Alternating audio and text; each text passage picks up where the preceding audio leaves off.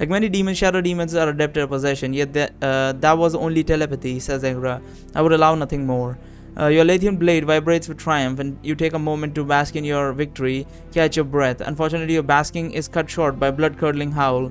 Over rubble and corpse, a huge fiendish dog bounds towards you and is on fire. Flames and smoke trail out from behind as it streaks towards you with great speed. Hellhound, says Egra. Satan's cur. I don't. This is the first time I've actually heard about Satan in this. Keep in mind, Jesus is actually a character in this. Jesus is, I think, the 13th most powerful elder god, I believe. Far stronger than Aletheia and all that.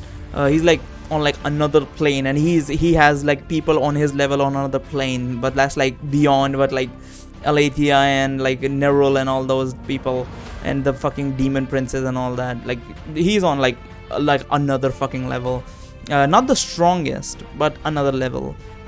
Satan, this is the first time I've heard of him in this, so that's interesting. There are two more hellhounds behind the first one. Trailing behind the hounds march suits of armor with flames spilling out from it in between the armor plates and out of the helm visor. Infernal shock devil, says Egra.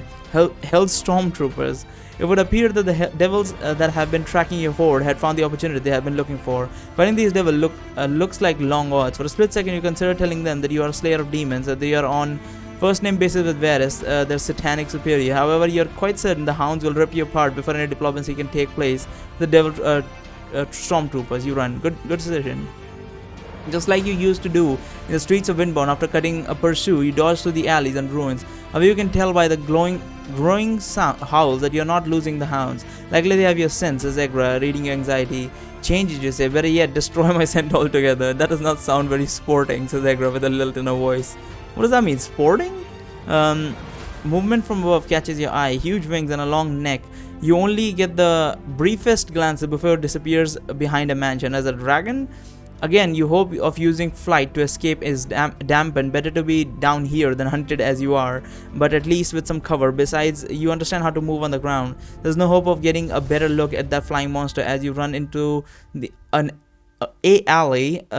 narrow alley with high walls. Gasping for air, your lungs burning, you slow down to try to catch your breath. You're about to insist Egra change your sense when, although the opening of the alley, you spot one of the hellhounds in the distance. Regardless of your scent, it sees you now. You consider your options. This narrow alley is a pretty good place to make your stand. The hounds will only be able to come at you one or two at a time. Perhaps with the slippery spell you could gain better advantage. Maybe it would be better to leave them with the slippery spell and keep running. Actually, no, because dogs, even if they slip, they will keep chasing you. As soon as they gain foothold, they'll keep running again. So I think we should probably kill them. So slippery spell and fight, I believe. Hopefully I don't die. I don't have much health. Favor decreases 2, morale decreases 2. You run and focus on the alley, and meaning to quote the long narrow strip facing including a face-down corpse of what must be a woman, given the tattered remains of her fine blue dress. The release of power is familiar. Hopefully the job is done. The howls become more urgent as the first hellhound rapidly closes in. Another one trailing behind become visible. You unsheath your sword, glows in anticipation. The first hound enters the alley.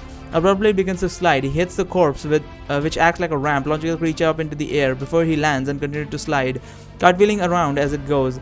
It comes to a stop a few feet from you. Lunge in and swing your sword. His sword, now engulfed in righteous flame, slices through the hound cleanly, severing its head and most of its shoulder. The next hound is sliding towards you now, and your weapon is ready. I feel like I'm about to die.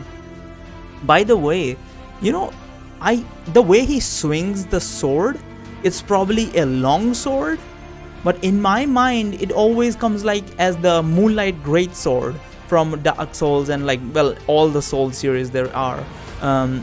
In my mind, I'm always whenever they say a Lathian blade, in my mind I always imagine like a fucking Moonlight Greatsword instead of a long sword, because there's no way he's swinging a great sword around like that with his build. Like, I'm even amazed he can swing a long sword around like that. So it could be actually a possibility that this might not even be a long sword, it might be a short sword, but that sounds weird. A Lathian short sword blade, that just doesn't sound correct. So we'll see. And there we go. Yeah, I might have to. Let me reload that last one before let's redo last choice. Yes. So we're gonna boost our stats by 3. Was it 3? I can't even remember. 6 maybe. Let's see. Slippery spell fight. I don't remember how much was it. Okay, so it was 4, so I did one more than I needed to. Whatever. As the second hound slides into its dead companion, you reach in and swing. However, it's quite out of range, and so only the tip of your sword finds purchase in the devil dog's flesh. Nevertheless, the cut is long. The hound howls and sends forth a burst of flames from his jaw. You dodge to the side, avoiding the worst of the flames, but the heat takes your breath away. By the time you recover, the hound has climbed onto its companion and is now launching itself at you. Raise your sword and skewer the fiend mid-air. Its body slides down your blade. The beast bites down on your shoulder, ripping and singeing your flesh. You scream in pain as you rip yourself from his jaw. Slide your sword out and swing again, cleaving its thick skull. The hound collapses, red eyes staring wide in death. That takes care of the first of the hounds, but you see fire streaking towards you beyond that alley entrance. I cannot battle all of hell, you think. You turn and run. Will the slippery spell cover my scent, you ask Kegra? That's a good question, champion. Perhaps we shall find out. Why would that cover my scent? You focus on your breathing as you pour on the speed. Hopefully the forward momentum of the hounds won't carry them beyond the slippery patch.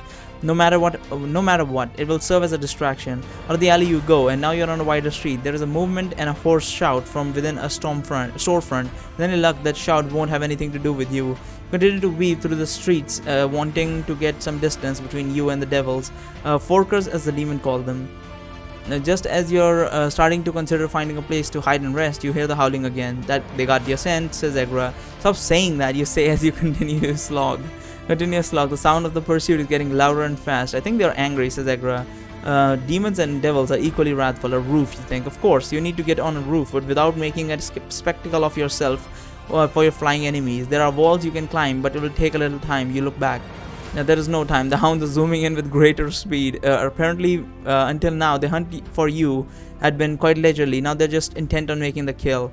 You must have endured and then sprint forward a partially fallen house about 100 meters away. Ruined as it is, you climb it quickly. You've only gone half the distance to your destination before you hear the scratching of claws on the cobblestones from behind. Do something, you shout at Egra. Flight, invisibility. An enormous shadow falls over you from above, blotting out the moonlight. You twist around to see scales, wings, and reptilian eyes. No, you shout. You dive for the ground, but you never hit the street. Rather, strong talons wrap around your shoulders like a vice strapping your sword arm, and then you're lifted up into the air. No, you scream. I'm a friend of Varys and Azazel and the Lost Daughter. Who are they? Are they dragons? Comes a familiar voice. You twist your head around. It's Vermil, the brass dragon from Drala's Tower. He's eyeing you with his great big reptilian eye. His breath is hot, but not thankfully not foul. The beautiful brown eyes of a woman peer down from. Oh no! Kriya, fuck! This is. I mean, I knew she was gonna show up at some point and was gonna bust our fucking cover, but I never expected this to end up like this. Fucking hell, this is the problem. Oh, for fuck's sake. A beautiful brown eyes of a woman peer down from the neck of the dragon. Kriya, you shout, and Lestrel says a testy voice. The elf apprentice of Kalagna peer down from Valen's side, just behind Kriya. He's frowning at you, just as you remember him doing in Kalak's chamber. Despite his less than friendly expression, you're actually pleased to see him. Are you? As your body lifts up and arrows whiz from below, several ricochet of Verim's scaly underhide. Verim flaps hard, gaining altitude, coasts a short distance, and then soars down. He then sets you on top of what appears probably has been a 4-story building. Well, the 4th story has been ripped off, so now it's only 3 stories. Vermil then lands, making the damaged wooden structure groan. Lestrel sides of the dragon. He's not gonna be happy, and she's not gonna be happy. He lands deftly, bending his knees. Kriya dismounts next, but awkwardly. The skirt of the black dress she's wearing hikes up to her legs immodestly. As she lands in the ruin, she stumbles a bit on loose brick before righting herself, smoothing out the puffy skirt and bounce off her dress. You have excellent timing, you say to the 3 of them, cause those hellhounds. I'm surprised you were frightened given all your magic, says Lestrel, cutting you off. I'm actually surprised you did not simply disguise yourself as a fiend. I mean, I kinda did that. It would appear that Lestrel knows about you, disguising yourself as him, or at least suspects it. Well, I'm grateful, you say, smiling at the dragon, trying not to meet Lestrel's gaze. How did you find me? Your eyes brighten and he sits up straight as Lestrel grits his teeth. I spotted you, said with a hint of pride in his voice. We were investigating a large explosion and some strange sounds. Sounds like human instruments. Investigating, says Kriya. The rest of us were trying to focus on our task. Well, like this dragon, says Egra. He's very curious, just like a trickster. What task is that? You ask, trying to keep them answering your questions rather than allowing Lestrel to ask you any. To go where the action is, watch the play. Who the fuck is playing a flute outside? To go where the action is, watch the play. I'm gonna hold on. To go where the action is, watch the play, and maybe become actors ourselves, says Vermal. That was not the task, and you know it, says Kriya. We are to find my mother. She pauses and then says, to find Rala and lend her aid. You almost smile. It's nice to see Kriya giving someone else a hard time for a change. An arrow from below strikes and ricochets off Virum's armored hide. Virum sighs, I'm so conspicuous up here. I wish I could have taken another form like Goldshire, but no, Bahamut gives with only claws to only a lucky few. Who the fuck is Bahamut? And I'm guessing it's a god or something. Goldshire is dead. Venom adopts a sarcastic tone. Oh, but let all the blessing go to the mighty golden dragon, so good, noble, and powerful. Venom eyes you from a moment and leans down and sniffs you. Where is Goldshire? His scent is faint upon you. He died bravely, hopelessly outnumbered by Galmagus and his demonic entourage, you say, your voice dropping. The memory makes you want to look away, but you fight the urge. If ever you were asked to imagine a sad face on a dragon, Vermal has it now. His eyes fall and his reptilian lips droop below over his teeth. Terrible. Of course, I should not have poked fun at him. His blessings were well deserved. Is it good that he died well? Two more arrows arrows strike Vermal. One ricochets off and the other striking in barely before falling out on his own. Dragon flattens himself down, but perching atop his ruins, you doubt he has full cover. Did anyone see where those dragons went? Says Vermal. There was a big, nasty green one among them. You're the ones with keen eyes, says Kriya. Kriya, her voice lowering as she looks up to the sky. You do the same. Some large winged shapes in the distance, but you don't think they're dragons. Where is Kalak? Demands Lestral. Bring your attention down again. The elf is glaring at you. Briefly, you give your recollection of what you last saw Drala and Kalak as the witches rode aboard Goldshire. And you finish with, as you probably know, the destination was the Temple of Eternal Love. However, waylaid as they were by the demons, who can say where they are now? Indeed, musters Lestral, and I waste time with you all. He sprints down the edge of the ruins and leaps off. Hoy, you shout and run to the edge. Before Lestral floats down to the streets, land on his feet and sprints off. Featherfall, you think. Vaguely proud that you know the name of the spell. Selfish elf, seeds Kriya. He knows the city. Who will be our guide? Why not you? You live here, you point out. I only know the outer ring, really, she says, frowning.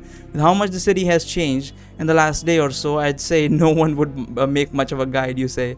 Lestral, the apprentice, how he loves his master Kalak, says Vermal, nodding towards where the elf has disappeared into the alleys. You're not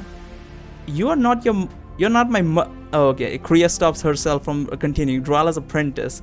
Where is your love? Why are you wasting time? What is happening? Oh, she can take care of herself. Who said that? I have no idea. Kriya stops, then continues. Drala's apprentice. Where is your love? Why are you wasting time? I have no idea who she's saying this to. She can take care of herself. Truth be told, I'm in no mood to find her. She would be cross with me if she found out that I had abandoned her tower that she put me in charge of. This dragon reminds you of. What do I feel like the chick Zelva is about to show up or something? The dragon reminds me of you, Egra, you say. Oh yes, he is a fine character. I had considered him as my champion. I know, he told of how you called to him in the tower, yet he knew better, you think. I think now is a reasonable time to clear the air, Rooster, says Kriya, turning towards you. We know you impersonate Lestral with magic. Vermal told us how he smelled you even as you fooled my Drala. My thanks for not bringing it up at the time, you say to the dragon, bowing. Turn to Kriya and let us also put out in the open that I know Drala is your mother. There is no need to tripping over her name, just calling her mother as it seems to be your habit. Kriya purses her lips. She fishes inside the folds of her voluminous dress and pulls out Hawes, her rat familiar, and begins stroking his fur. Fine, but not to mention it to anyone, and if the occasion arises again, where you are in the presence of Drala, do not tell her you know, that is, if you value your life. You nod as you recoil slightly from Hawes, who seems to be bearing his insecurities at you. It's either that or it is an expression of pleasure at being stroked by his mistress. Well, I feel better with that taken care of, says Egra in a tone that says she does not care at all. Time to get to the temple, champion. If Rhea is trying to find Drala, then she ought to be going to the Temple of Eternal Love as well, since that's where Drala is headed. But how do we get there? Maybe Veron could fly you there, or at least part of the way. On the other hand, the Duke's castle certainly could use some aid, or maybe you should urge Veron to leave you and Kriya to get to the temple on your own, using a stealthier approach. I don't think it's a good idea to fly towards the temple, because I feel like Zelva is gonna go there, and I don't think he will be able to fight Zelva. She is OP. as far as I can tell. She's like right below Galmagus. As going to aid the castle defenses.